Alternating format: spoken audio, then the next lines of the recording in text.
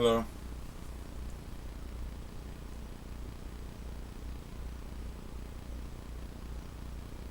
I'm uh I'm having a midlife crisis. I'm fairly certain on that at least because I'm so uncertain about my future. Um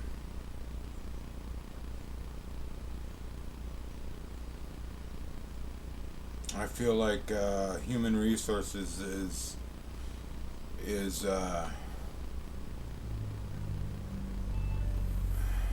not helping me. They're helping me less, it seems, as my situation becomes more prevalent and urgent. Uh, because I've been having more and more difficulty trying to get a hold of my caseworker and intake, and they know that there's nothing I can do about it because they're federally funded and they're state run. So who do you go to? Who do you go to? And I don't know if I have to if for some reason I can't find a place to get away from my mother and I have to live with her or worse, maybe they'll figure out a way to, you know, exercise their right to lobotomize me if their judge determines it to be necessary. And the funny thing is, here in this town, they do things the way they want to do them. They don't they they don't really run it, you know, like like other places, as far as I can tell. You know, and it may be like that other places, but they make sure you know it here. You know, the, they'll manhandle you. I mean, I got in a fight with my brother because he said he could take me down, and I told him to do it, and I tried to spit on him, which I couldn't because my mouth was dry, but I kept telling him to do it, and eventually he punched me in the mouth and spun me around, got me in a chokehold, got me down on the ground. I started blacking out, so I started I bit his hand. So what they decided to do about this little scrap I had with my brother, where he beat my ass, is put me in jail for the weekend, give me a $350 fine, and uh, disorderly. Actually, they I think they were nice enough to drop it to uh, a civil dispute, but I had to pay the county. Um, my brother didn't see none of that money in that civil dispute, but they charged me $350, which I had to pay off eventually. But that's how they do things here. They kind of do things how they want. There's not really there's not it's not really a run, you know, for everyone. It's some people are fine and some people are like me, I guess, or something like that, but they do things how they want. uh, but I'm terrified, not just because of the lobotomy thing and the electroshock therapy or them being able to take my rights away, but give me a Chapter 51, which says that they can take my rights away. Uh, but it's not just that; it's everything that's happening is all converging at the same point. Where human resources is kind of withdrawing. It seems not officially, but becoming less helpful. Not that they were very helpful in the beginning. My mom is heavy duty arguing with me all the time, like crazy all the time. And I'm just trying to explain to her, she keeps saying these things that aren't true, and I'm trying to ignore. I'm trying to make a joke out of it. That's how desperate I am to not argue with this crazy person. But she keeps going until it gets so serious that I have to take it seriously, and then I get upset, and then she's in control.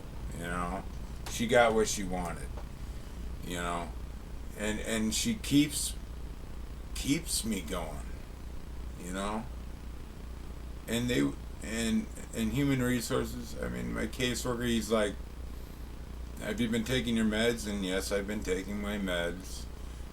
For a while, I was taking them half the time, every other day. But for a while now, I've been taking them every day, more consistently than I ever have in the last 20 plus years. And just so they can't blame it on the meds, that's why I'm taking them. But I got, oh man, intake. They told me we don't record these conversations. And then I'm talking to a certain one of them that I get along with pretty well, and she says that I called her stupid, and that she has a recording of it. But they don't record. And so I brought that up today, and they said, "No, we don't record." So, and then yesterday, Wednesday, my peer support specialist said that for whatever reason she was watching my videos on YouTube. She says I called her worthless and stupid. Sounds a lot like what the intake worker said. But I don't outright call people stupid. Except for my mother, because she pushes me to the point where I have to say that. I don't say that about people who have, legal power over me. I don't call them stupid. I point things out until maybe they feel stupid, but I don't call them stupid. I'm very careful about how I talk to people. And I'm always trying to correct people, because they're always spreading. I mean, people spread rumors about me when I'm out in public. They'll talk about somebody who's doing what I'm doing, but they won't say it's me. Are you aware of how women, if there's somebody they don't like in the community, they'll talk about them? Have you ever heard that? I think it's even it's a quote that a philosopher said, or something on YouTube, an old philosopher. When a woman doesn't like you, they talk about you, or something like that. That's what I've been kind of talking about for a long time, but just I don't really know how to prove prove it. That's why they never say they're talking about me, but whatever. Everybody knows it though. That's how they uh, can shape how people perceive people in the community. And that's something I struggled with. That's kind of what drove me to have a split psyche or whatever they diagnosed me with. Originally paranoid schizophrenia, and then schizoaffective later. Now they're saying I have autism. Uh, um, and I'm pretty sure most if not all of these are situational. They're artificial. You know, it's based on my disposition, my nature, and I speak my mind. I don't try to deceive people. I have secrets. I will always have secrets. Everyone does, and but I don't try to deceive people. I don't try to trick people. I'll say a lie in a humorous manner where everybody knows I'm lying, you know, making a joke that's not based in reality. But I don't deceive tech generally, as far as I'm aware. I would have to be aware of it in order to know I was deceived. In order to just be, you know, knowingly deceiving someone, I'd have to be aware that I was trying to deceive someone, I think, right? Uh, but, oh, what?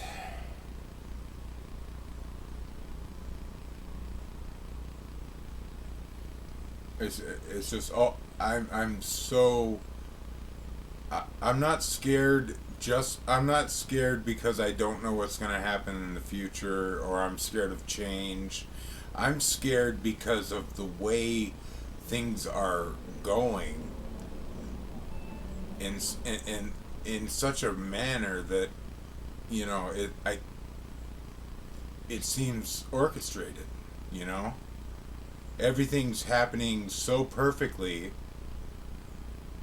to make things kind of converge at this point where we're being evicted in 14 days. You know, roughly 14 days. And I have to decide if I'm going to stay with my mother or if I'm going to go out and live on my own in this world, you know, having been, you know, steamrolled by this. I don't want to be swallowed up by society. I don't want to be part of it. I've spent all my time hiding behind my mom, trying to avoid that, you know? And maybe she's tired of it. Maybe she, the reason she is tormenting me is so that I will make a choice to move out when I'm, you know, as if it has something to do with maybe being pro-choice or pro-life, like taking control of my own life as opposed to being the master of being the master or the captain of your own destiny versus being the master of your own fate. You know, I think destiny is more mechanical and, you know, getting your hands dirty and making things happen.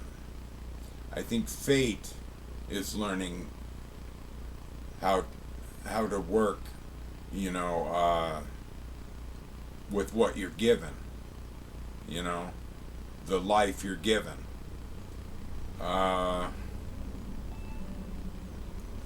But I don't know how that plays into everything. I'm not real. I haven't really thought about that much actually. But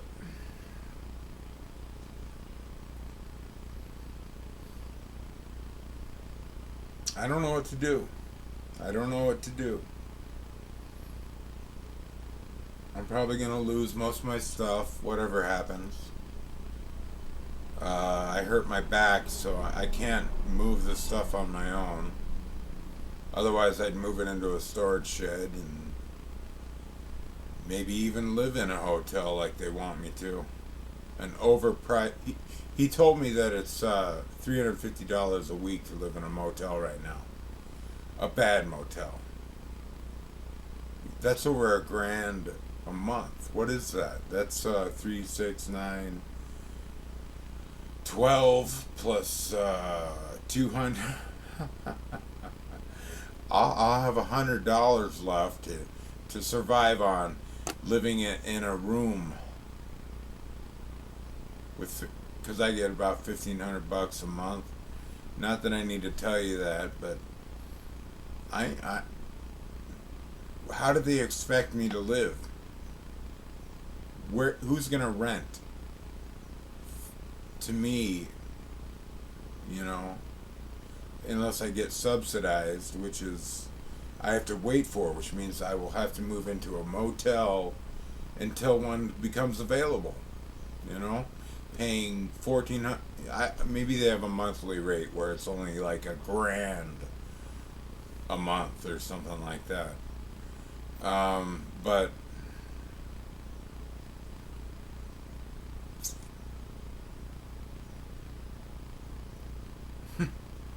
my mom don't have no income as far as I'm aware. She's been saving up the back rent that she hasn't been paying, you know, for a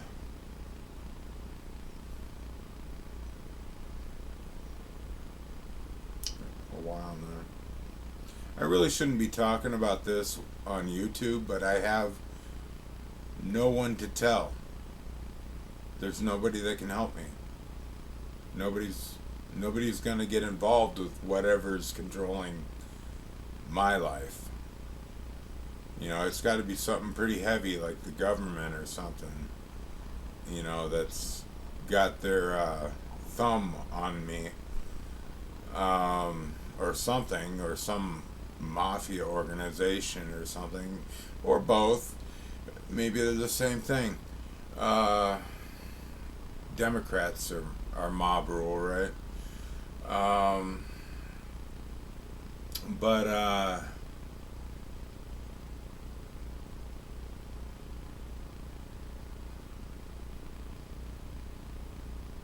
yeah, I mean, what the hell is going on, dude?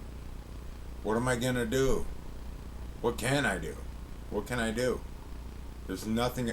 I have to make it explicit in my explanation that I have racked my brain for years trying to find a reasonable way to get away from my mother. For years, so many years that my last caseworker before we moved here, like, this is like 6 years ago, he said, well, you're in a rock and a hard, between a rock and a hard place. You know what my caseworker, what somebody just said to me from Human Resources, I don't remember who, said to me, you're between a rock and a hard place. Yeah, I've been there a while. Um, Maybe somebody should help me get out of this rock and hard place situation. I see that you're aware of it. Maybe you could help me. You know, I need to get out. I think this this is making me think of pro-choice and pro-life, like giving up my life and serving a higher power. And I'm not talking about God. If there is a God, you know, I already gave my life to God. Just look at where I'm at. You know? So, if giving my life to God isn't enough, who do they expect me to give my life to? You know?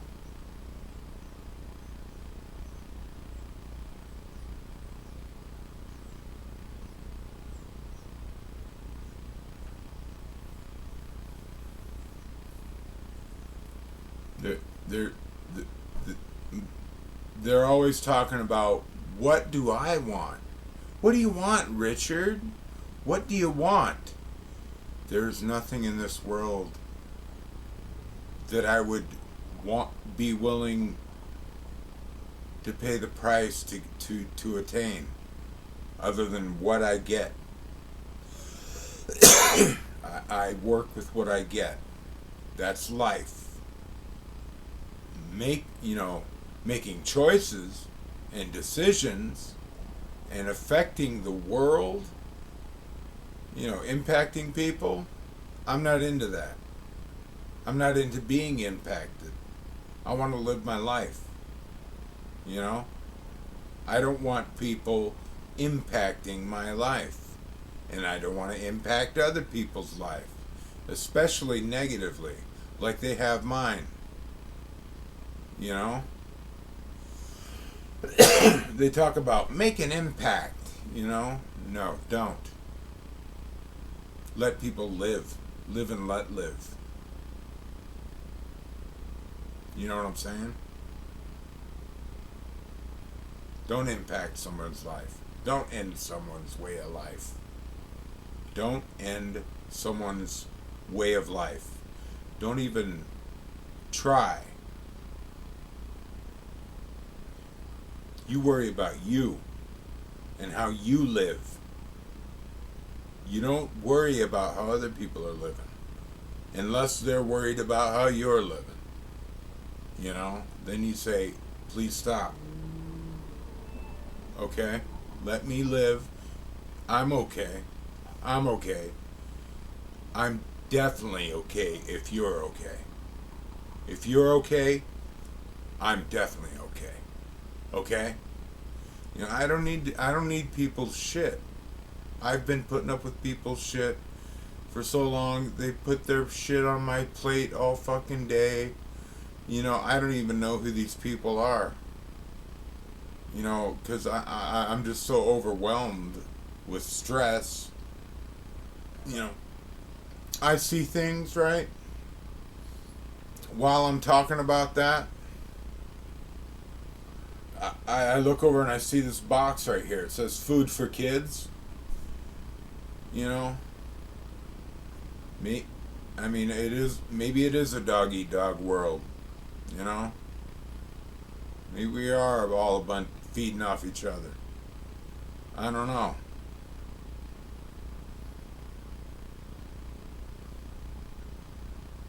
I think I've talked enough. At least for now.